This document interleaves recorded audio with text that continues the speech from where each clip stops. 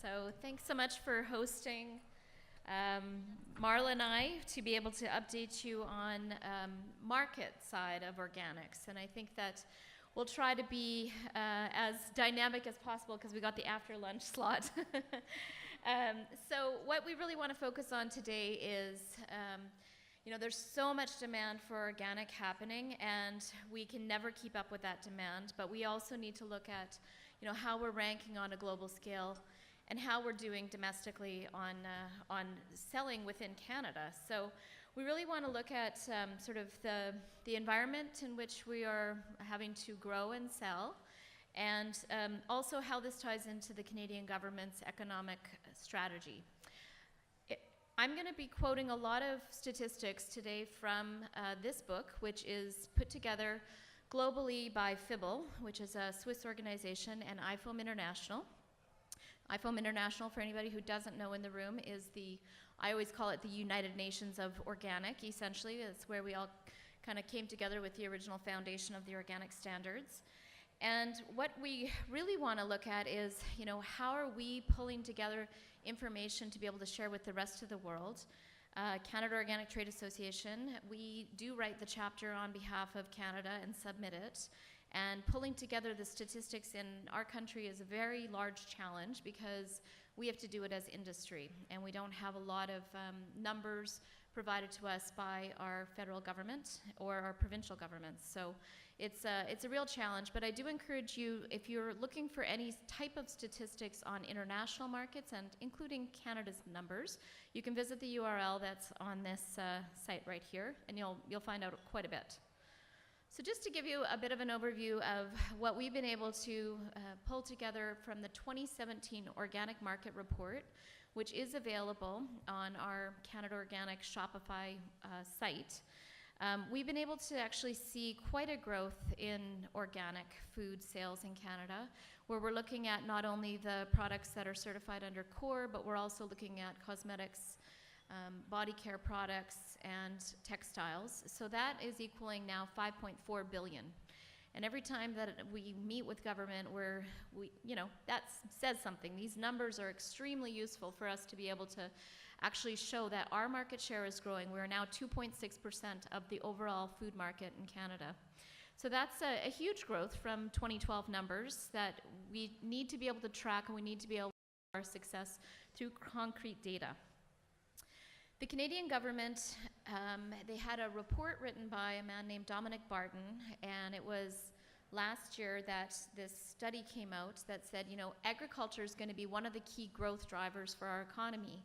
And then there was forums that came together, and the Economic Strategy Roundtable was 12 industry leaders that were pooled together to look at what do we need to do in regards to hitting some of these targets that the federal government is setting out.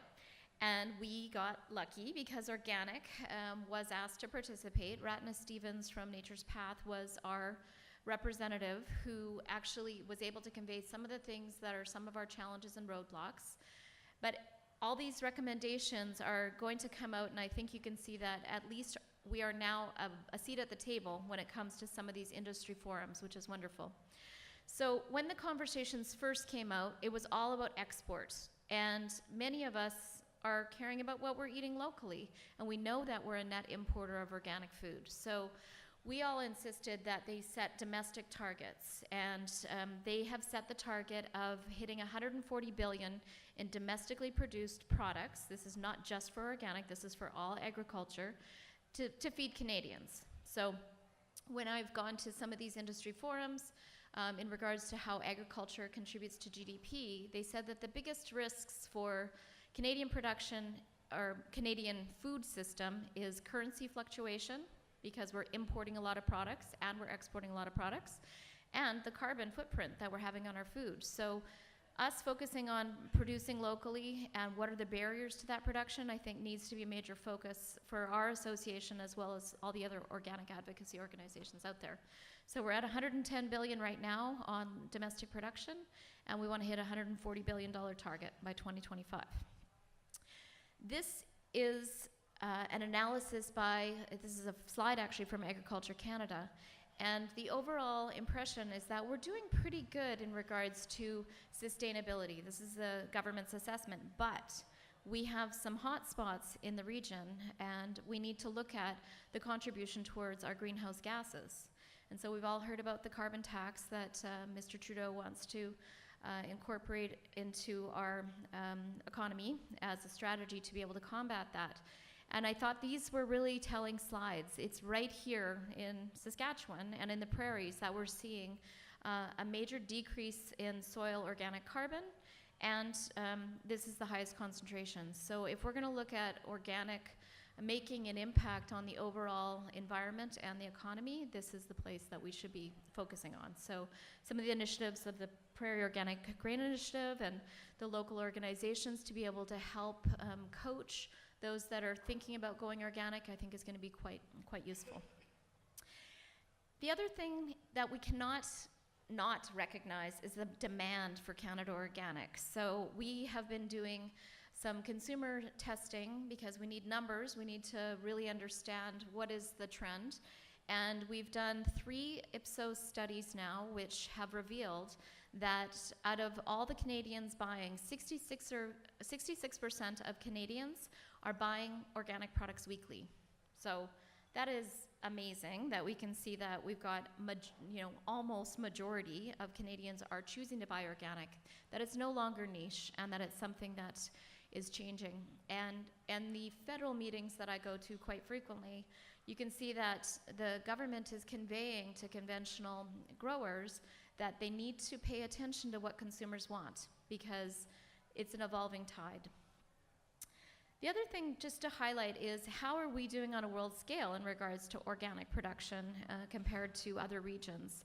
We hear a lot about how organic can't feed the world, etc. And you can see that we're a fairly small producer in North America compared to Europe and Latin America on different products. But of course, we're always going to be a trading nation, and it is important for us to look at how we're comparing in regards to organic hectares and wild cultivation compared to other people or other countries. So just to kind of highlight where we're at 3.2 million certified organic acres in our 2017 data. At the back of the room by the Canada Organic Trade Association banner, you will find the most up-to-date statistics that we've just congregated from all the certification bodies. And there are highlights there printed out, but if not, again, you can visit our Shopify store and just download the data for free. So we've now reached 2% of acreage in Canada is now certified organic, and that is using the 2016 numbers because we're waiting for some other data to come out to compare the 2017 data. And we're over 4,800 certified organic producers, and on the share of organic farms within the total farms, we're at 2.2%. And why I like that number is because we are above the world average. The world average on farmland is 1.2. So if we're looking for opportunities to be proud of Canada Organic, we are above the world average in regards to how much of our farmland is organic. And we can see that there's some countries, of course, that are small that have 10% or more of their agricultural land under organic management. What I would like to see is for us to set a goal and challenge our government to be able to hit 10% for Canada. And I think we got a lot of land, so there's no reason we shouldn't be able to hit that. Then also just to highlight what are the 10 countries with the largest agricultural areas, and that these are the top leaders in regards to organic agriculture, is leading by Australia hugely, Argentina, China, USA, and Spain. And just to highlight, when we are looking at what is the wave of the future within Canada, we've seen a 45% increase in organic acreage between 2011 and 2016, but on overall farms, it's declining. Same thing in regards to the amount of actual farms. We've had a 4% increase, but on conventional farms, it's 6% decrease. This resonates, that when we're looking at the future of our food supply in Canada, that we are the wave of the future. We know that most new entrants are millennials and also female farmers. So I say this with a lot of hope that we started off as being in the early innovator stage as organic producers in our organic industry. And this is where we're at right now, at the early adopter stage. And when you look at how things tip over into mainstream culture, I think we are getting very close to that tipping point where we're starting to see 66% of Canadians are buying organic weekly. So the more variety that we can grow locally and make it available, offer different product types for value-added processing, and really innovate, keep that innovation up on the product sphere, I think we're going to be able to hit that tipping point here in North America. So going on to the export side of things, we are, of course, the 5th largest organic consumption base here in Canada. We are one of the largest exporters as well of organic and conventional. And I feel like it's always, we're number 5 on domestic or export. But just to highlight that, Canada is known for our quality products in organic. And we are revered as, number one in products like oat, and products like wheat, etc. So I think that, the more that I look at what we can contribute towards this global export target is critical for us to look at our excess and how we can assist hitting this target. The assessment by government is that we are not necessarily very competitive when it comes to our regulatory framework. And they've done their own OECD ranking of different countries. Canada's ranking 14th. So they are owning the fact that there's some regulatory burdens that exist and that we need to work together in order to overcome some of those things. So where we're at right now in regards to the limited data that we do have, these numbers come from the HS code tracking system that is maintained by the Canadian government. And that we've got $672 million worth of products coming in, and we've got $462 million going out. But I can just stop right there and say all these numbers are wrong. And they are, because they're limited. They're limited to certain commodities that are being tracked, and whether they're coming in or going out. And simply just by the export missions that we do, I've pulled just 2 of our clients on their export sales that are not tracked through the HS code system, and they alone, out of 2 clients, are 400 million.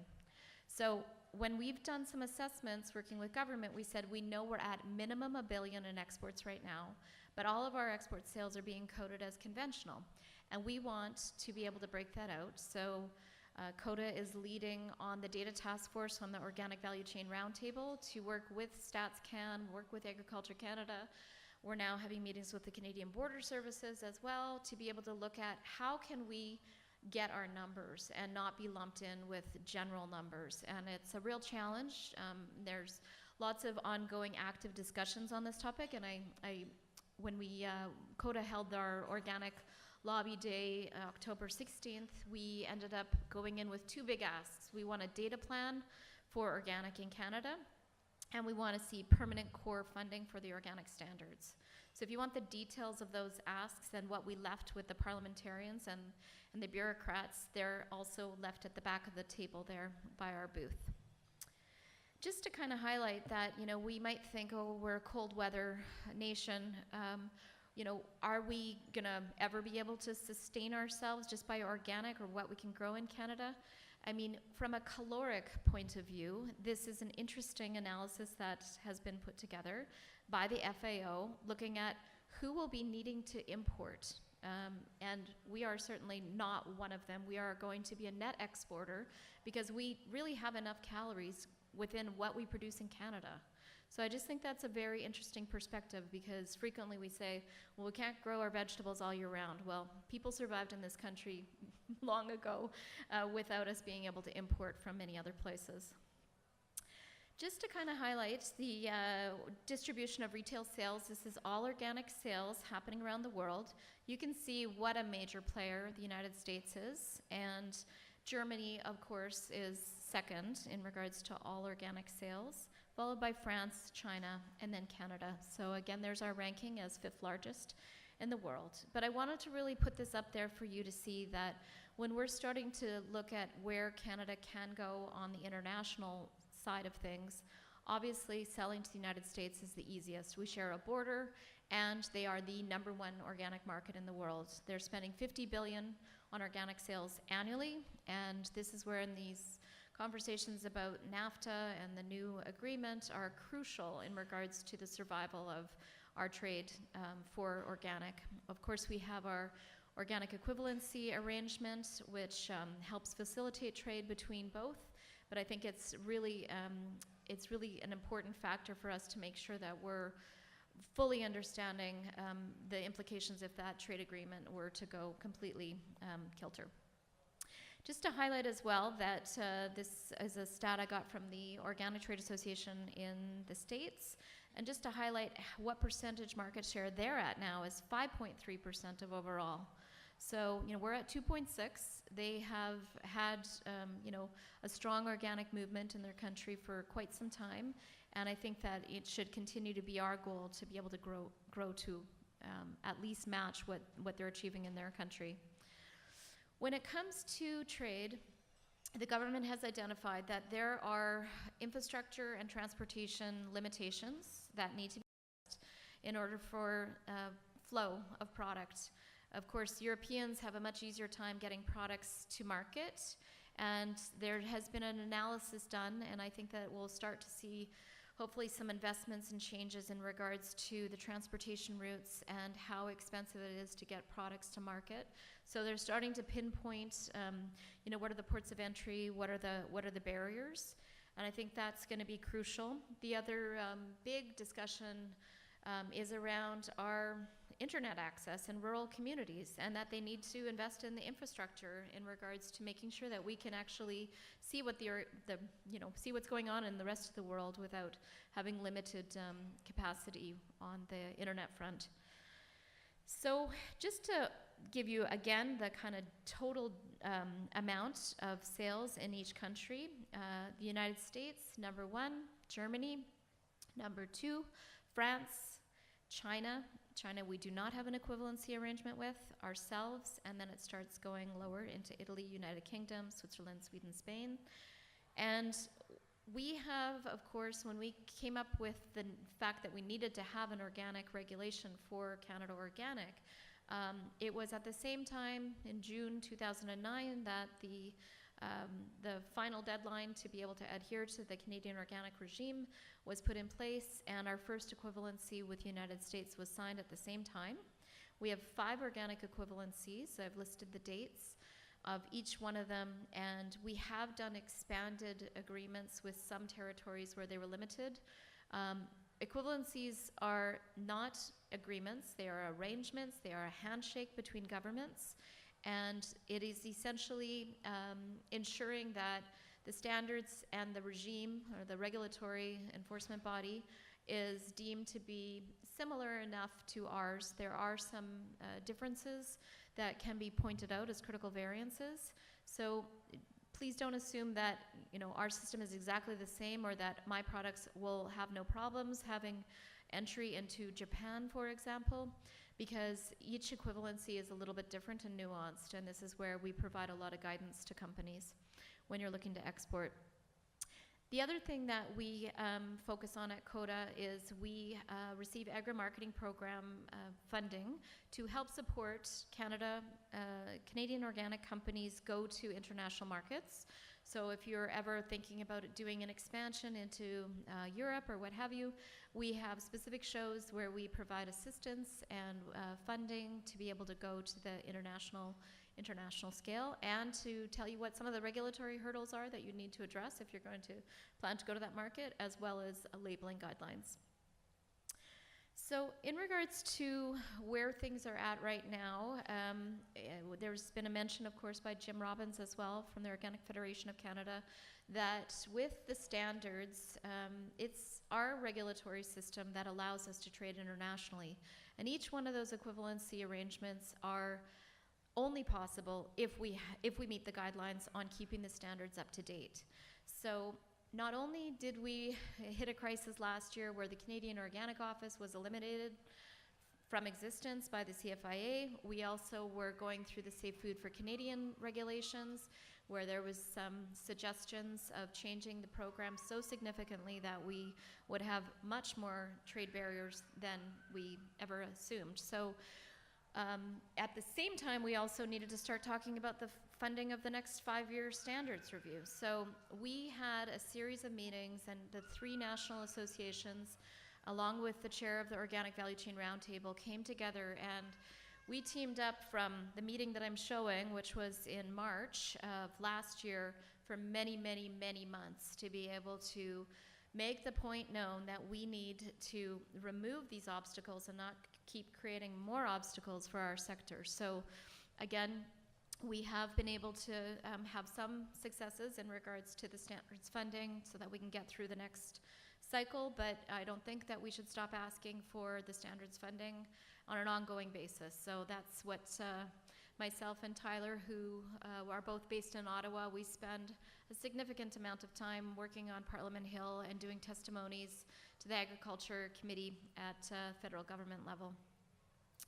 So just to highlight as well that the government is rearranging the way that they work. We've always been, the Canadian Organic Office is within CFIA, the Canadian Food Inspection Agency. Yeah, we have a relationship with Agriculture Canada.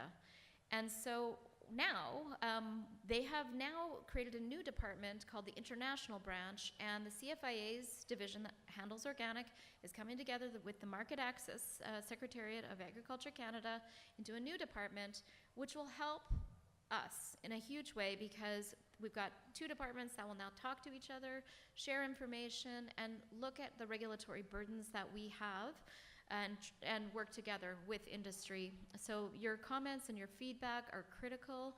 If there's areas that you feel like need to be dealt with at a federal level, please come to us at the Canada Organic Trade Association, because this is where we've been successful, is by organizing ourselves and having a collective voice. And it's really been a successful endeavor for all of us.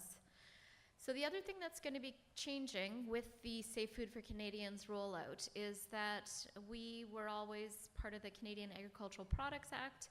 Because of the Safe Food for Canadians Act, all these regulations are coming into one, which will bring in the Fisheries Act. So organic aquaculture has been a voluntary standard for several years, and it will officially become incorporated by reference January 15th, 2019. And so that it will be a 2-year rollout process for the accreditation of the certification bodies to this new standard that will be incorporated by reference. And I'll just highlight, because I think a lot of people have missed this. We missed this. It was quite a shocker when it came out. But aquaponically grown fruits and vegetables will be able to be certified to the Canadian organic regime as part of this standard. So there's a lot of discussion going on about what will that look like. Will it create competition? Will it create confusion? What will it mean for our equivalency arrangements? None of those answers exist yet. We're still in the process of trying to understand exactly how this will work, but we did inquire whether there would be any form of a requirement on labeling for aquaponically grown fruits and vegetables under this standard, and the response from government is no. Voluntarily it could be, but I don't think people will choose to label if they don't have to. So the other component of seaweed has traditionally been grown under the agricultural standard. It will be covered under the aquaculture standard after the 2-year rollout process. And the other assumption that shouldn't be drawn is that all of the certification bodies that are presently certifying to the agricultural and the PSL standard, that they'll automatically be involved in aquaculture. Each one of those CBs will have to go through an accreditation process with CFIA. So there will be clarity more on the CFIA webpage about who is accredited to certify against which standards moving forward. The other great thing about the Safe Food for Canadians, I think we all are concerned about fraud and organic integrity. And this is not, of course, just on the import side of things, but it's also in regards to what happens locally. So the two great things are happening as part of the Safe Food for Canadians. The Canadian government will now, because they're requiring a lot more documentation for traceability, they are also requiring that in their automatic import registry system at the border, that anything deemed to be organic needs to be put through their system right at the border, so it will be tagged as organic. So I think that will help a lot with having some oversight about what exactly is coming into our country deemed to be organic, and there'll be better oversight to make sure that it's following our regime here. The other thing is that any of the regular penalties, fines will pertain also to organics. So right now we don't have any major fining system happening at a federal level if you're not compliant with the standards and you're decertified. So there's more mechanisms for enforcement moving forward. And now I put up my funny little monster, because this is how we feel half the time, is trying to figure out what do we not know and how do we make sure that we try to think of everything that hasn't been thought of. When it came to the Safe Foods for Canadians, we hired a lawyer at a very expensive rate on your behalf to make sure that we were trying to make sure everything that's in this massive new legal document is actually thought of from the organic perspective, because there's many other things that are going to now pertain to organic because we're part of a bigger act. One of the things that we've already come up against is that we don't have clarity, but it seems like the government used to allow voluntary certification of brand holders, so that would be a private label client, and for traders, and it seems like they may be changing that. So we've written quite a few concrete examples about why that's important for organic integrity and knowing who the stakeholders are involved in trade. Cannabis in organic food production is a big question. Immediately when we asked, okay, well, organic cannabis is now legal, so if it's used in food product, it should be included. And the response was no, but then we pushed harder on it and said, well, we really need clarity because the regulations cover organic food, feed, and seed, and if there is cannabis and it's being used as in a food product, so that's an area that we still don't have clarity on. We also need to know, are there any changes that need to happen at the provincial regulation level, because many of them might be quoting the organic products regulation, which will cease to exist in title. It's being replaced by the Safe Food for Canadians. So any of the 5 provinces that have provincial regulations need to look at their own provincial standard if they're referring to the federal. And then how long will it take for us to see aquaculture come out into the marketplace? We have a lot of products that are coming in from other areas of the world, certified to the EU standard, and how long will it take for us to get equivalencies in place with the EU, who does have an organic aquaculture standard? So there's still a lot of questions, and we aim to, get this information out. We have all the provincial associations are a member of ours, so this is how we work together to try and culminate all these questions and concerns and then feed it back out through all the industry associations. So I'll just leave it there, but just to highlight that, we're here to help you. We are the National Association. Many in the room are members of both provincial association and the federal. I think there's a role to play at both levels, and we certainly rely on you to work together to make the system much better. So thank you very much.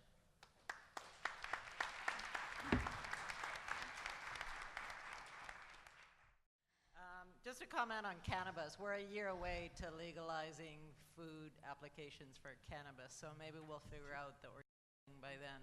Okay. But my question is related to the AIRS system that you're talking about. I wonder if there's an opportunity for us to be lobbying for a public registry of everything that comes into Canada, and possibly, that's probably unlikely, but associate it with a value. But anyway, at least having a public registry of what's coming in would be highly useful. Right. Yeah, so we've been talking a lot about the U.S. National Organic Integrity Program. You can see it on their website.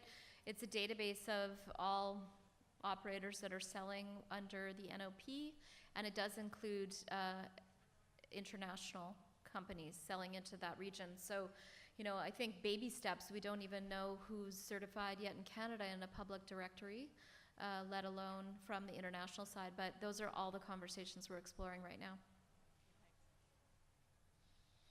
All right, we'll take one more question. My presentation is super fast, so we'll take one more question. It's over here. Yes, I have a 2. question. Sorry. We'll take 2. Yeah, at the mic for sure. Thank you. I have a question. In aquaculture, do not the people nourish their plants with commercial fertilizer dissolved in water? I am not an expert on the aquaculture. Until it comes under the regs, I feel like we are going to have somebody join our board from the aquaculture sector to help us be more informed in regards to what is allowed and what is not allowed. But I believe that everything is very similar to the agriculture standards when commercially available. And that's the big question, is when commercially available. So I think there's always a push towards organic feed, but that's the question, is there enough commercially available organic feed in an aquaculture system?